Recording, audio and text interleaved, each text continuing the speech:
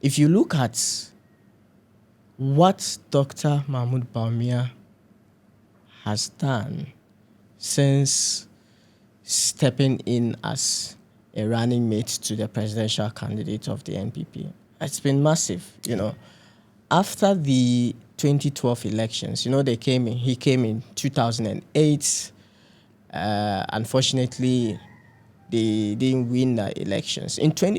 And after that, in 2007, when they went for their primaries and Alan lost, he quelled back. There were reports that he was even retiring from active politics, and so between 2008 and 2016, Alan was virtually missing in the political limelight. It was Dr. Bawumia who was doing everything. For instance, when the party went into the 2012 elections and lost, and they had to go to the Supreme Court, it was Dr. Bawumia was saying. After 2012, the election petition, the one single person who gave the NDC the toughest time was Dr. Bawumia. From organizing lecture series to, court cases, a whole lot. He was doing virtually everything. Even President Akufo-Addo wasn't that active. It was always Dr. Mahmoud Bawumia. And so when I hear someone say that it is Alan's time, probably in the queue, but when it comes to who has done a lot of work, you cannot take that away from Dr. Mahmoud Bawumia. And Alan, his name went missing, really. A lot of young people forgot about him. Cash man. Yes. Those of us who were a bit grown in 2008, prior to 2008, we knew Alan. But first-timers, especially those first-timers who voted in 2016, most of them didn't know Alan because he wasn't really active again in politics. Yeah. And so if Dr. Mahmoud Bawumia was the one who brought virtually NPP into power, then I think that as an outsider who doesn't have a single vote in the NPP's primaries, he's the most likely person NPP delegates would trust to be able to break the 8 for them. Because if you take off Dr. Mahmoud Bawumia and you bring on Alan or Kennedy Ajapon or Boachi Ajako or any of the 10 aspirants, they are 10. The person will be a new face. So the party would have to spend a lot. Do more work. And do a lot of work again to be able to brand that person. Yeah.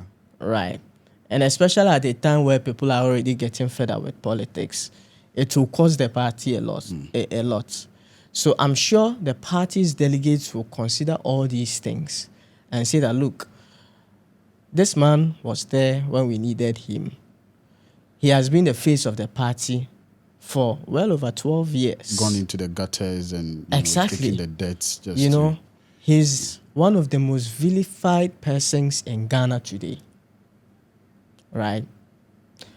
So if we take him out and bring someone new, whereas the NDC is bringing back an old face, it would dent our chances of winning, 2024. Those and I'm speaking, delegates. The thoughts of delegates, And so I'm sure that's what they will consider, and they will most likely vote for. Let me ask. I don't know whether you have something. Speaking in our own thoughts, do you think that what they are doing with reshuffling, especially with Napaga TS case, when you mentioned it, I was a bit worried about, because she's from Nantong. Yeah. She's a royal there, I understand. Switching to Tamale North, what do you think that would do to them? I'm sure knowing that they would want to win the seat, and then whoever is running Tamale North when it comes to the general election would be a tough person. for Napaga TS status. I don't know if that makes sense. Definitely.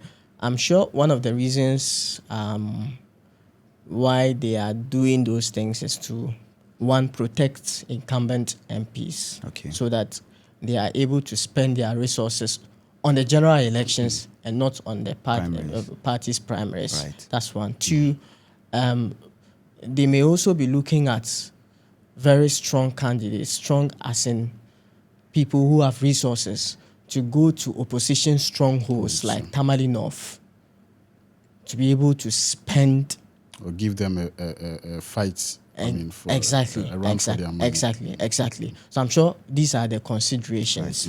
Yes. And the third one would obviously be a party unity, how to maintain the party's front line ahead of the 2024 elections. You know, in Nantong, if you have been monitoring, even though she has not actively activated, her campaigns, there was already a lot of bickering and a whole lot of anger within the party. Their ranks were breaking because the incumbent MP, Honorable Tuferi, is also a very strong, person there. Just like Napa, he's also a royal of a sort from that constituency, and so makes sense. Yes, it was really going to divide the party if they allowed her to go.